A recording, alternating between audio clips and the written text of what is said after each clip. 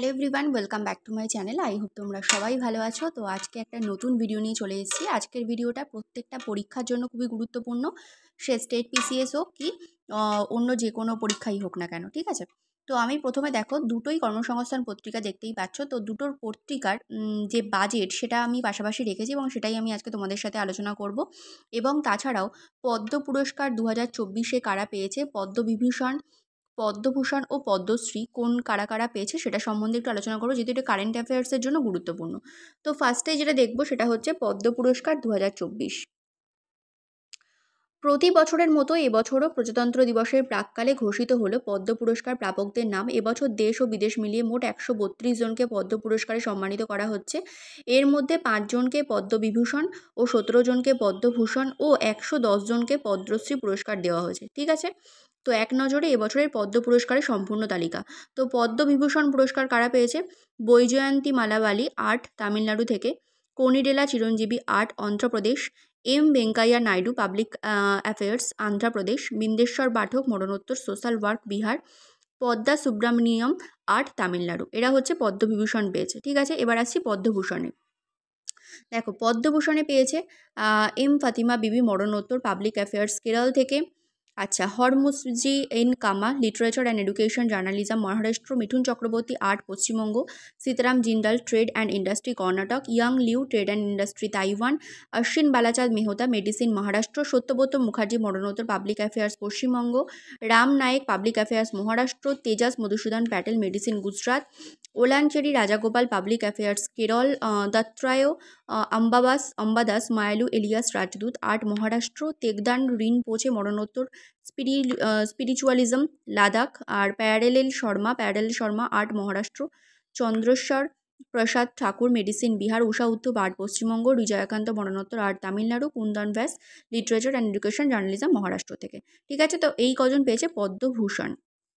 পদ্মভূষণ দেওয়া হয়েছে 17 জনকে, আর বিভূষণ দেওয়া হয়েছে 5 জনকে। এবার পদ্মশ্রীতে আসছি। পদ্মশ্রী 110 জনকে দেওয়া হয়েছে। তো আমি সবার নাম এখানে বলছি না, যেহেতু ভিডিওটা অনেক লং হয়ে যাবে। তোমরা একটু স্ক্রিনশট নিয়ে পড়ে নিতে পারো, ঠিক আছে?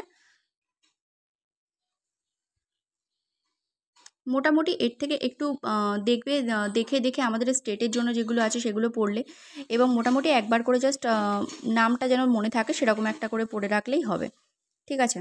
তো এবার আমি আসছি বাজেট নিয়ে আলোচনা করব। 2024-25 আর্থিক বাজেট, বছরের অন্তর্বর্তী বাজেট, আর এখানে দেখতে পাচ্ছ রাজ্য বাজেট 2024।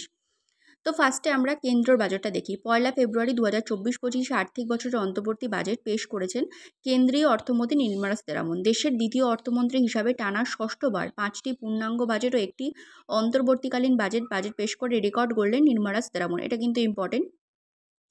এর আগে এই রেকর্ড রয়েছে প্রাক্তন প্রধানমন্ত্রী মোরারজি দেশাইয়ের দখলে। তবে মহিলা অর্থমন্ত্রী হিসেবে প্রথমবার অন্তর্বর্তী পেশ করার রেকর্ডও রয়েছে সীতারামনের ঝুলিতে। এবছরে যে বাজেট এক নজরে দেখে নেব, ঠিক আছে?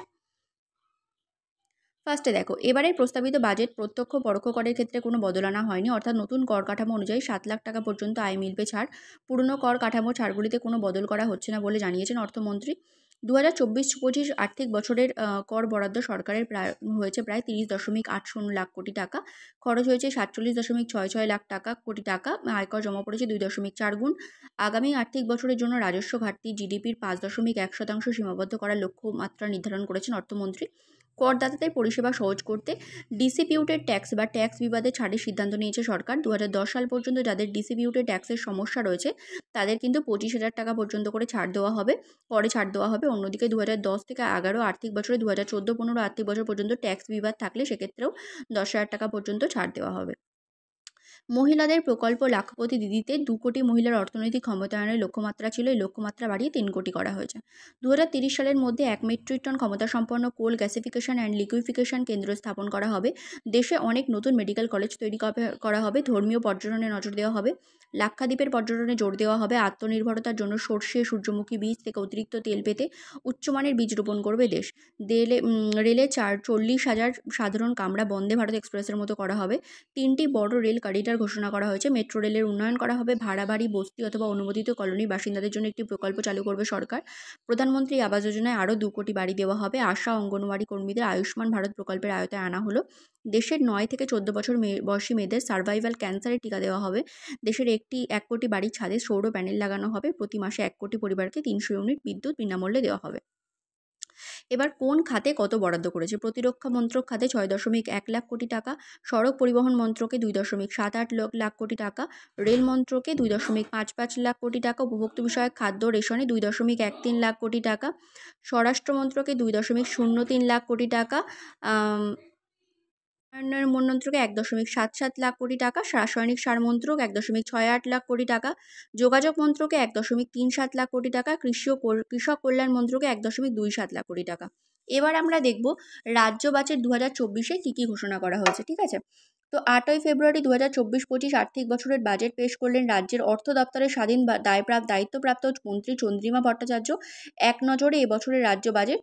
বাংলায় বেকারত্বের যে হার দেশের তুলনায় কিন্তু 3% কম হয়েছে। দরিদ্রসীমার নিচে থাকা মানুষের সংখ্যা কমেছে। রাজ্য সরকারি কর্মীদের আরও 4% মহার্ঘ ভাতা বাড়ালো। মে থেকে কার্যকরী হবে এই নতুন মহার্ঘ ভাতা। লক্ষ্মীর ভাণ্ডার প্রকল্পে সাধারণ মহিলাদের পরিবারে এবার থেকে 500 টাকার বদলে 1000 টাকা করে পাবে। অন্যদিকে তফসিলি জাতি ও জনজাতি শ্রেণীর জন্যই আর্থিক সহায়তা 1000 থেকে বাড়িয়ে 1200 টাকা করা হয়েছে। বিভিন্ন শিল্পক্ষেত্রে প্রশিক্ষণের সুবিধা পাবেন যুবক যুবতীরা। প্রশিক্ষণের জন্য মাসে 1500 থেকে 2000 টাকা দেওয়া হবে। এর জন্য বরাদ্দ 200 কোটি টাকা। আচ্ছা, সিভিক ভলেন্টিয়ার, সিভিক পুলিশ ও গ্রিন পুলিশের ভাতা বাড়ছে 1000 টাকা। এর জন্য বরাদ্দ কিন্তু 180 কোটি টাকা।